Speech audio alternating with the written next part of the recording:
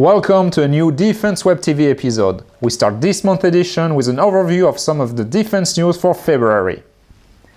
For a second time in a few days, Indian Army successfully test-fired the Indian-made Akash medium-range surface-to-air missile. The Indian Army could decide to commission the Akash missile following the recent successful series of tests. The DRDO is confident that the two regiments of Akash systems could quickly be inducted into the Indian Army. Confirms data reception affirmative. According to the Defense Ministry, the Russian military will quickly adopt a domestically designed Ratnik future soldier gear this summer. The Ratnik battlesuit is the result of the implementation of advanced scientific and technological ideas, innovative solutions, and the use of state-of-the-art materials. This footage shows tests of the prototype Russian-made thermal weapon sight, which allows the user to see enemy soldiers in pitch darkness or through smoke on the battlefield. The system's sensor can discriminate between objects even when their temperatures only differ by 1/10 of a degree. The new thermal sight, destined to become part of the Ratnik future soldier system, can detect enemy forces at a range of up to 1,200 meters. The gun sight is synchronized with a special helmet-mounted eyepiece display.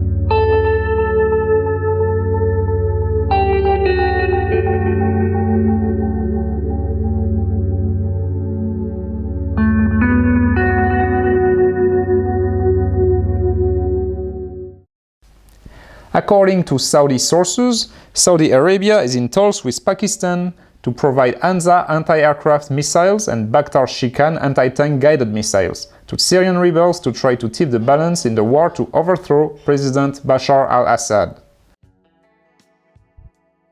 Currently, the Syrian rebels use the Chinese-made anti-tank missile weapon system AG-8. The AG-8 series can be considered as the Chinese equivalent of the American BGM-71 TOW and the Franco-German Milan Euromissile hot anti-tank missiles. The Baktar Shikan is a variant of the Chinese-made AG-8 anti-tank weapon system that has been manufactured under license by Pakistan since the late 90s and had a successful flight test in July 1997. The missile of the Baktar Shikan anti-tank weapon system can use two types of warhead, the standard and the tandem warhead. Tandem warhead is effective against most of the explosive, reactive and space armor. The missiles has a maximum range of 3,000 meters. The missiles can penetrate armors of 500 mm with standard warhead, while the tandem warhead are claimed to be able of penetrating armors of over 600 mm. The Baktar Shikan anti-tank weapon system is designed primarily to engage tanks and armored vehicles in all weather conditions by day and night. It's a command-to-line of sight, semi-active homing, wire-guided missile launched from a tube launcher. The Baktar Shikan missile can be fired by infantrymen using a tripod, as well as from vehicles and helicopters. The Baktar Shikan man-packed variant has to be operated by 2 men. The Q-Warrior is the latest iteration of BAE Systems helmet-mounted display technology. It looks like a pilot's head-up display, but has been specifically designed for the soldier who needs unique capabilities, such as identifying hostile and non-hostile forces, as well as coordinating small unit actions.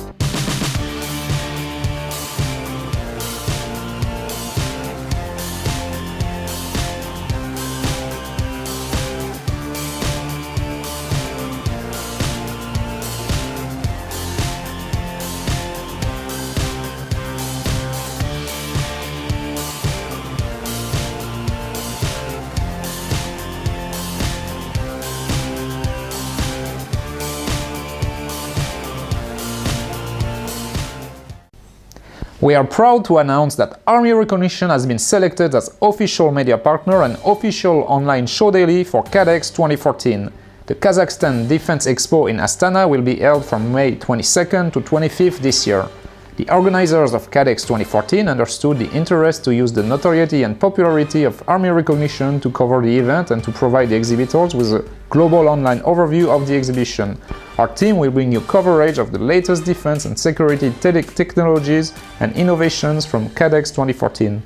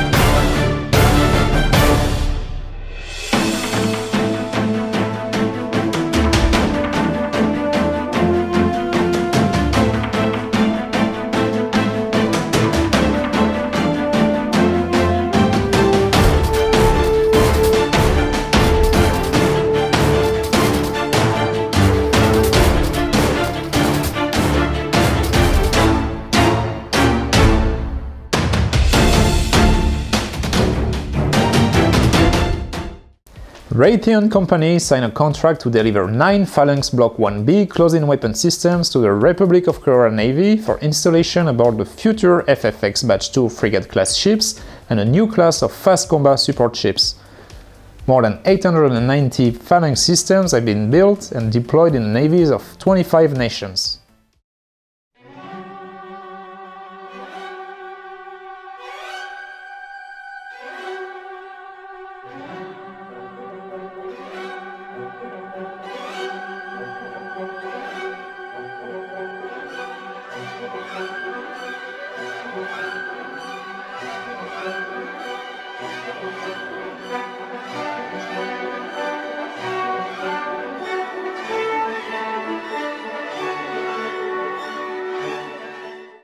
US Defense Secretary Chuck Hagel announced in his defense budget preview that the number of Littoral combat ships for the US Navy would be limited to 32 units, while 52 hulls were originally planned.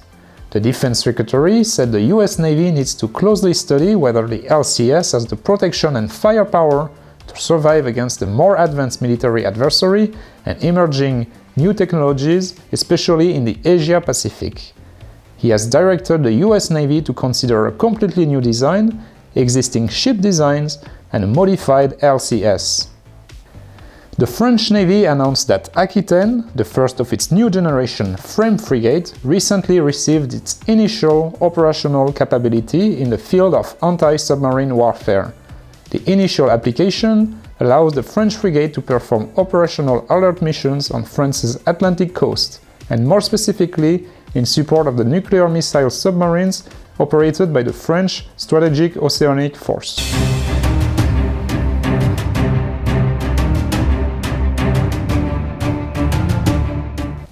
The Australian government has approved the acquisition of 8 P-8A Poseidon maritime patrol aircraft. This state-of-the-art aircraft will dramatically boost Australia's ability to monitor its maritime approaches and patrol over 2.5 million square kilometers of marine jurisdiction, an area equating to nearly 4% of the world's oceans. So, Lieutenant, thank you very much for welcoming us. Yes, no problem. What can you tell us about the P-8? So the P-8 Poseidon is the Navy's newest maritime patrol and reconnaissance aircraft. Primary mission is anti-submarine warfare, and it is a multi-mission platform which also includes intelligence, surveillance, and reconnaissance. Boeing is helping Turkey improve its self-defense capabilities with the recent delivery of the first Peace Eagle airborne early warning and control aircraft. The Peace Eagle AWAC is based on a Boeing 737 commercial airliner airframe. A large scan array radar by Northrop Grumman is fitted at the top of the plane. The radar has a maximum range of 600 km and can track up to 180 targets.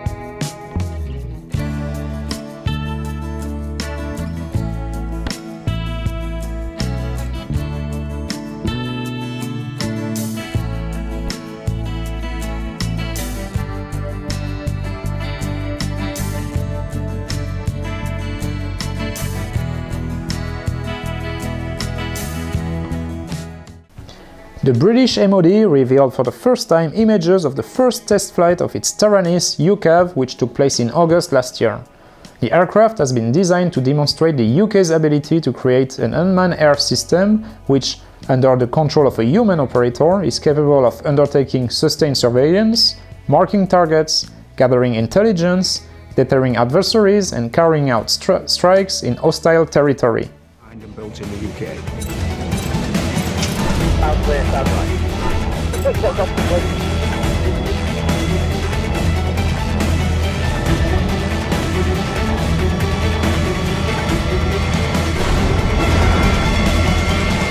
Taranis is one of the most advanced projects that BAE Systems has ever undertaken. It keeps the UK at the top table of aerospace capability.